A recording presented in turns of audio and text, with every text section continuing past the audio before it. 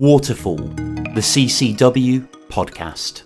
Hello and welcome to Waterfall, the water savings podcast brought to you by CCW. We are the Consumer Council for Water and we represent everyone who drinks water across England and Wales. It's great to be back with the gang, and here they are. We've got Karen here. Hi, Karen. Hello, Mike.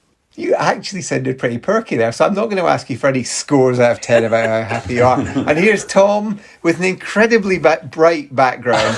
As he said earlier, it looks like he's in heaven. Heavenly Tom, how are you? Hi, everyone. Yeah, no, I actually don't think I'm going to go to heaven, so I'm appreciating this 30-minute call. Yeah, great to be back.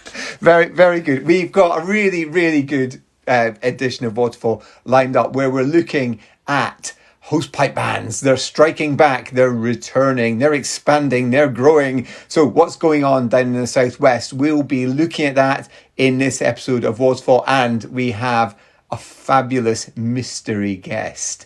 So lots to look forward to coming up. Now, of course, you can get in touch with the show.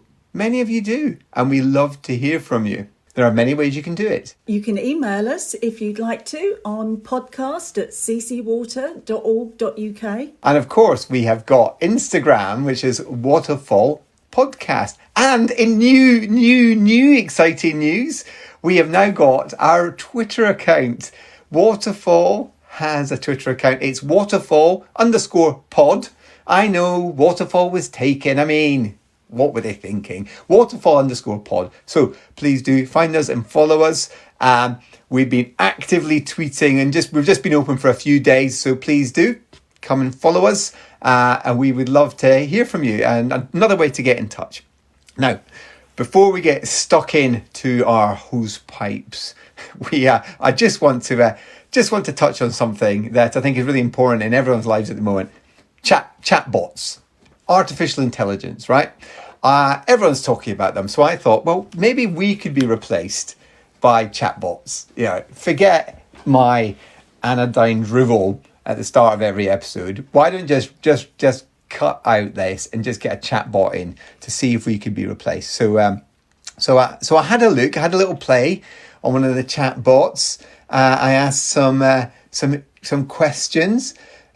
First of all, I was asking them about the podcast, and I asked a question about water savings podcasts. So I asked, hello chatbot, are there water saving podcasts? And it came up with a list of 8 of them, and we didn't feature. So at that point I was like, right, I'm pulling the plug on this, blooming AI, load of old rubbish. Then I put saving water podcast, and then we came up as the first thing. So word order clearly matters. What do you make of that? That's really good. I mean, I'm quite impressed by that. Well, Karen, I've got some bad news though, because I then asked the artificial intelligence who hosts the Waterfall podcast. And this is the answer. I'll read it word for word. Mike and producer Tom host the Waterfall Savings Water podcast. That doesn't make any sense though. Karen's name is there. I know. Artificial intelligence doesn't recognise you. What is going on? It's because of my very low profile, that's why. I always knew this was a double act anyway. All we're doing is proving that artificial intelligence is flawed. So I did ask also some water saving tips. Best water saving tips. And I have to say the first one it came up with, their number one tip, had me massively underwhelmed. Use a bowl in the sink when washing fruit, vegetables and dishes. You can then use the wastewater to water your plants. Now, whilst that is a fine tip, okay, in terms of the biggest bang for your bucks, that's quite low down the pecking order. So again, I questioned its intelligence there. I did then change the word order a bit. What's the best advice to save water? And the number one thing was keep the tap closed when not in use. Again, that's actually decent advice. I'm not sure many people just leave their taps running all the time, right? And then the final question I asked it was, well, how much can you save from following tips? And it came up with quite a precise answer, which actually is correct and is a decent one. You can save up to 27 litres of water every day by turning off the tap while brushing your teeth. And that's right. I mean, my back of the envelope calculation here is 24 litres per person. So that was quite accurate. So there you go. I think currently we're quite safe from being replaced by artificial intelligence. You guys might have a different view on that. We want people to save water, but, if you want to pour a bit of water onto a robot, then I'm in favour of that as well.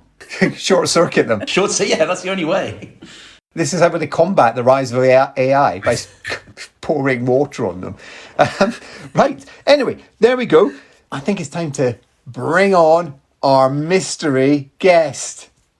And it's a fabulous moment in the history of Waterfall to bring on our mystery guest. It's the guru, Karen Gibbs. Hello, Karen. Hello, Mike. This is like the old days, Karen. It seems quite strange after all this time not to have anybody guest appearing. Do we not have a global CEO in the wings? Like, this is odd, yeah. Not this time, but this is like the old school. If you listen to the first dozen or so episodes, True. When it was just me and Karen dishing out the advice. Well, Karen dishing out the advice, me dishing out the slightly ridiculous comments. It's great to have Karen on as our guest this time, because actually it says you are our CCW's water resource expert, and there has been some things going on, particularly in the southwest, regarding the water resource situation, and we want to pick your brains, and we'll try not to go down too many random rabbit holes. So, I mean, Karen, obviously last summer it was unprecedented. We had a big drought, we had extreme heat wave. On the 19th of July was a significant day, because that's when we hit 40 degrees for the first time in England, first time ever. And many companies had hosepipe bans last year. Then autumn came, and autumn brings with it some rain, and all bar one company called off the hosepipe ban. So South West Water, one patch of South West Water, continued with their ban throughout the winter. Now, we previously talked about hosepipe bans in a very early episode, actually. We had hosepipe ban myth busting, which was, can you remember which episode? Oh, number 4? It was. Very, very good. Wow. And we've also obviously talked about heat waves. Printed on my mind. That was very good. And we also did an episode on how to beat the heat when there's a heat wave on. Do you remember what episode that was? I think it was the one before, wasn't it? It was. God, you're on fire, Karen. You listen to the show more than Mike. Yeah, wow. And that's saying something. Yeah. Yeah. So we previously covered that ground. But recently, this year, we've seen in April that a hosepipe ban has been introduced in some parts of Devon on South West Water's patch. And that's people served by the Woodford Reservoir. And that's 390,000 homes. And that's in addition to the hosepipe ban that continues in Cornwall. And that's people served by Colliford Reservoir, which is about 250,000 households. And that, as we said, began last August. So all of Cornwall and around half of Devon, I think, are in drought now. Or have got a hosepipe ban in place now. Now, if you're listening to this, you're going, is that me? Which half of Devon? Just go to South West Water's website. We can put the link in the show notes. And you can just put in your postcode, and it tells you whether or not you are affected. So that's just a bit of context. I think it's important context, because if you were just an average punter listening to this, you might possibly be either choking on your tea or getting really angry and going, it's not that dry. What is going on? I think that's a perfectly fair question, though, didn't you? So, Karen, what is going on? Well, I mean, I think you're absolutely right when you were describing last year as being really quite extraordinary. We had an extremely long period of dry weather, which was then overlaid with these, searing hot temperatures, and water resources were really impacted by the increase in demand that came as a result of that, and the various pressures on the networks that the companies operate. So South West Water in particular had 2 reservoirs that were really hitting all-time low levels of in terms of the resources that they had available. So the company had to take quite a lot of preemptive activity to try to make sure that those reservoirs would remain viable. So if you remember the famous Stop the Drop campaign that the company came on to talk to us about, that helped to get the company through the sort of early part of the winter. But those reservoirs are much lower than they would normally have been at this time of year, and a cause for some concern.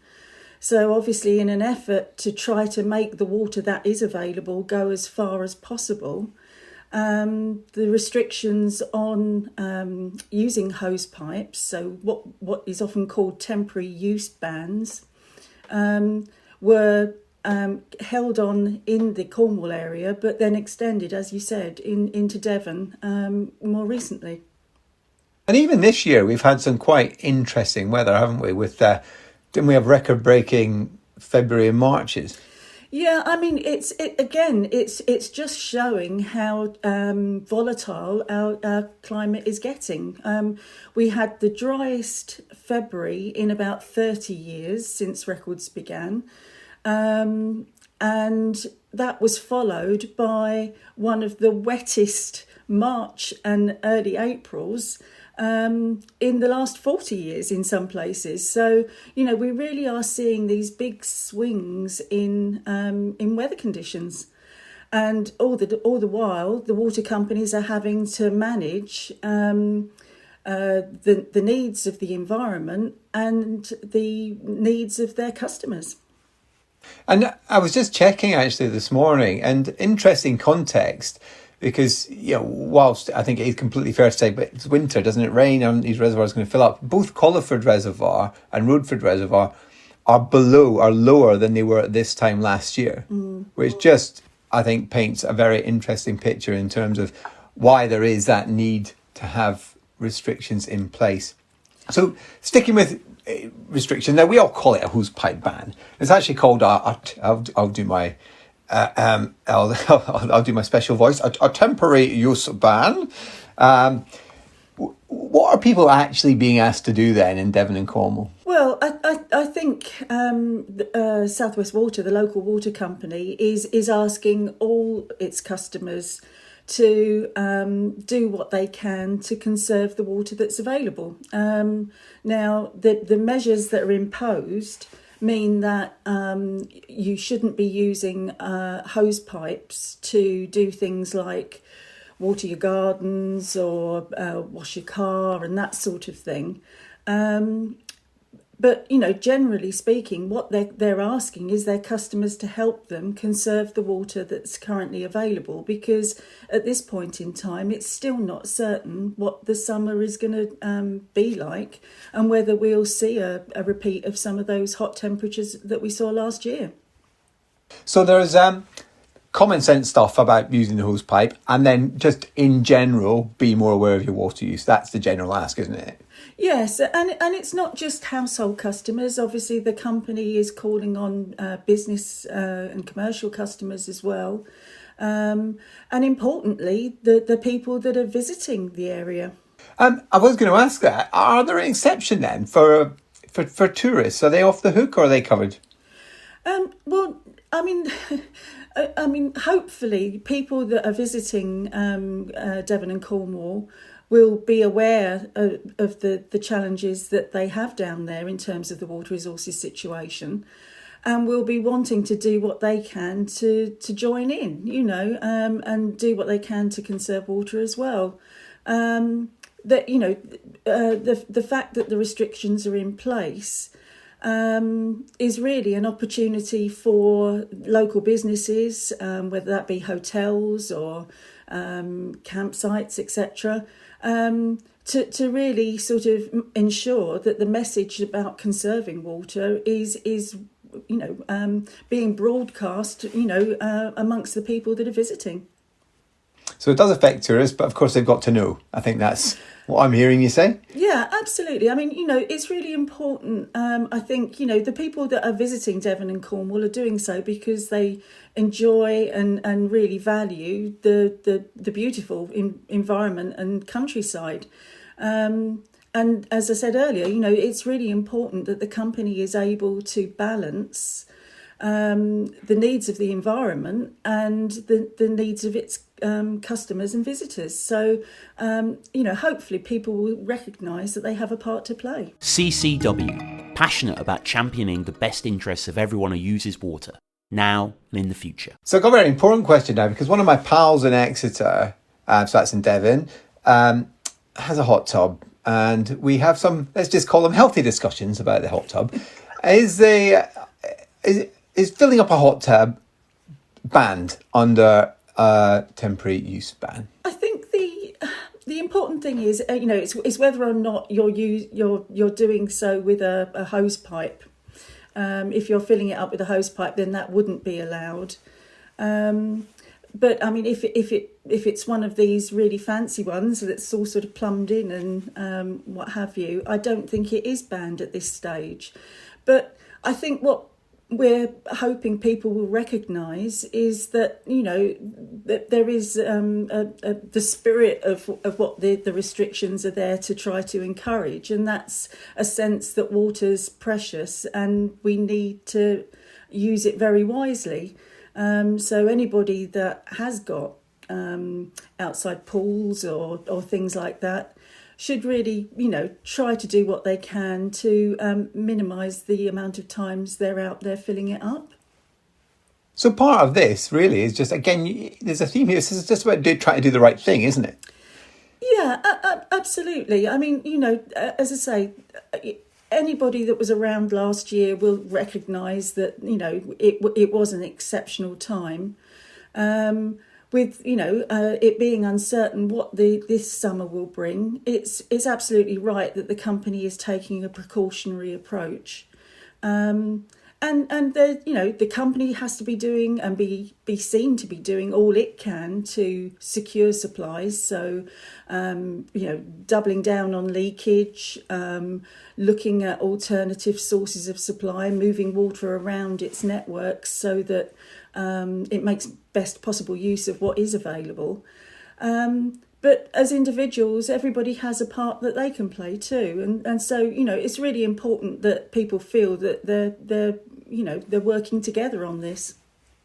That's something that comes up time and time again in our research, comes through really strongly, that people tend to be willing to do their bit to reduce their water use, as long as they're seeing or believing their water companies doing their bit too, in terms of taking action.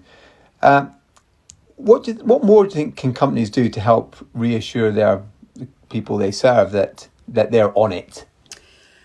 Well, I mean, we've been talking to the companies about being much more open and transparent about the environmental challenges and pressures that they face. And be very open about their performance in terms of environmental impacts. It's important that people have access to information that allows them to understand some of the challenges that the water companies face, and importantly, what the water companies are doing to address any poor performance they might have. We've heard a lot of quite negative things in the press over the last couple of years about the wastewater companies'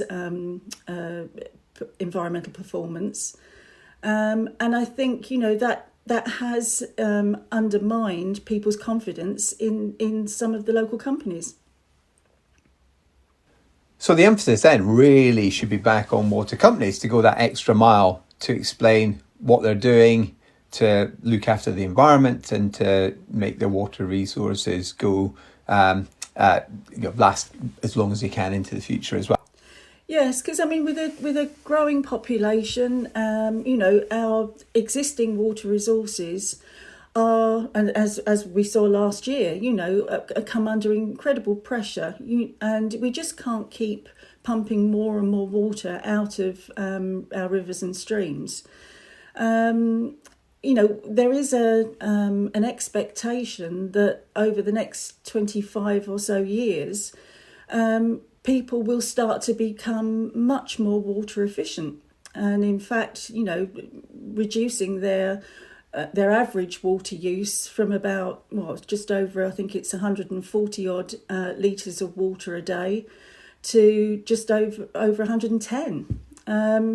Now, to achieve that, it's going to take more efficient equipment being used in homes and in businesses.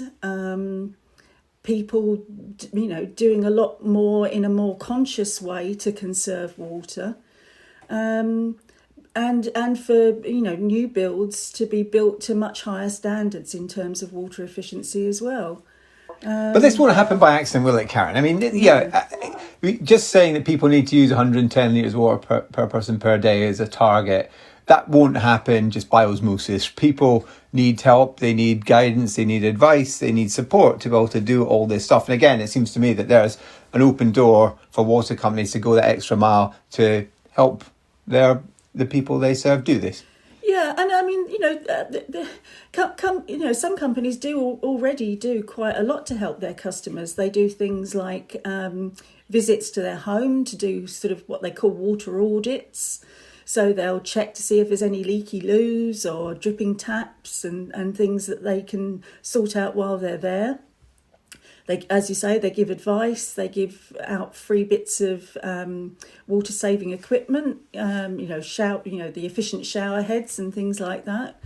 But it does vary a bit from company to company. So I think if we're going to achieve those big reductions in demand, we're going to need a much more concerted effort by the companies and others to try to help customers make those reductions, and it's going to take some leadership. I know that South West Water have been doing this free water butt scheme as well, where you can get a free water butt, which is a good initiative. So I think that's a really good move, because anybody that's got a garden who hasn't already got a water butt will really reap the benefits of that. I'm not trying to start you off on gardening, Karen. That's a whole different episode. So just wrapping this up then on this, could all this been avoided in the Southwest if people in Devon and Cornwall had used less water? Well, it's difficult to say, really. I mean, obviously the restrictions were brought in because things had got to a stage where there were concerns about the water being sufficiently available to see them through the summer, in effect. But the thing that we've all got to recognise, I think, is that we all need to start to value water more and use it wisely, regardless of the time of year and whether we're in drought or not.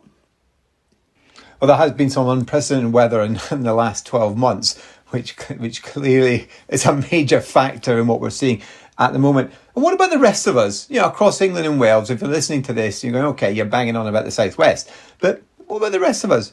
How worried should we be about this summer and beyond? I mean, at the moment, the vast majority of companies are saying they're in a much better position than they were this time last year. There is an area in the north of Norfolk that the Environment Agency still assesses to be in drought. But that is an improving situation. So the problem is, we just don't know what the summer will hold. And if we do have a return of those record-breaking temperatures and, the rest of the year is very dry, we could find, the need for some companies to start upping their drought-related activity. So just to be crystal clear, the Environment Agency have classified an area in North Norfolk which is in drought, but there are no water company restrictions in place in that region. That's right. Yeah, just to be clear, Yeah, I don't want yeah, any North absolutely. Norfolk listeners getting all, oh my word, I've just been watering the plants with those. Okay, good. Just final thing, we do a lot of research at CCW. You know, I like banging on about that too. And one of the questions we ask in our annual tracker survey is about your confidence. How confident are you that your water supply will be available in the long term without restrictions? And it was interesting, in the latest research that we just published last week, only 63% of people in the most recent version of this annual survey said that they were confident that their water supply would be available in the long term without restriction. That's down from 71% the year before. Now, I was looking at that figure and wondering whether I should be encouraged by that or not, because if people are less confident, perhaps that would make them more motivated to take action to save water. What's your view on that? I think it depends on what is leading the customer to respond in that way. I mean, hopefully, last year was a bit of a wake-up call for us in terms of recognising that the climate is changing and we need to take action. But unless people recognise that they have a part to play in that, you know, by using water at home and at work in a considerate and careful way, nothing will change. So I think there is a job to be done by the water industry and the wider water sector to help people to see that we all need to play our part. And, as I say, that involves the companies, but importantly, all of us as individuals. Thanks, Karen. Now, we ask all our guests what their personal water use is. And if you think you're getting off the hook, then you've got another thing coming. So, Karen, what's your latest update? Because if I recall, when we asked you in the past, we got a very woolly answer. I'm a work in progress, Mike. Aren't you waiting for a smart meter to be fitted? Isn't that right? I am, yes. You've been waiting a long time. I have. Yes, well, that's another story. I think we'll probably leave that there, but we will revisit this, Karen. Thank you, Karen, for that really good insight there into what's going on and the picture more widely. We're running out of time on this edition of Waterfall. I mean, just before we go, it'd be good to remind people how they can get in touch with us. We've obviously got our new Twitter handle, waterfall_pod. So please do get in touch that way. We've also got our Instagram account. That's Waterfall Podcast. And of course, there's the more traditional way. Yes, you can always email us, which is podcast@ccwater.org.uk. And Tom always gets cross if you don't mention to check out our extensive back catalogue of episodes. I mean, we've name-checked a few in this one. There is some really good stuff on hosepipe bans and on heatwaves, and it's that time, and gardening too, and it's that time of year. So dig out those episodes. Don't forget to subscribe if you like what you hear, and then you'll never miss an episode. And of course, go and give us a review, hopefully a 5-star review on the iTunes store. And I think that's about it. Unless, Karen, you've got any final wisdom you want to share? Could leave you with a gardening tip. Oh, God, please do. Brilliant. Please do. Mulch, mulch, mulch. Well, there we are. That's what we call a callback in the industry. Yeah, that's great. Is that right? A mulch. There we are. On that note, mulch. It's goodbye from me, Mike. Goodbye from me, Karen. Goodbye from me, Tom. Mulch.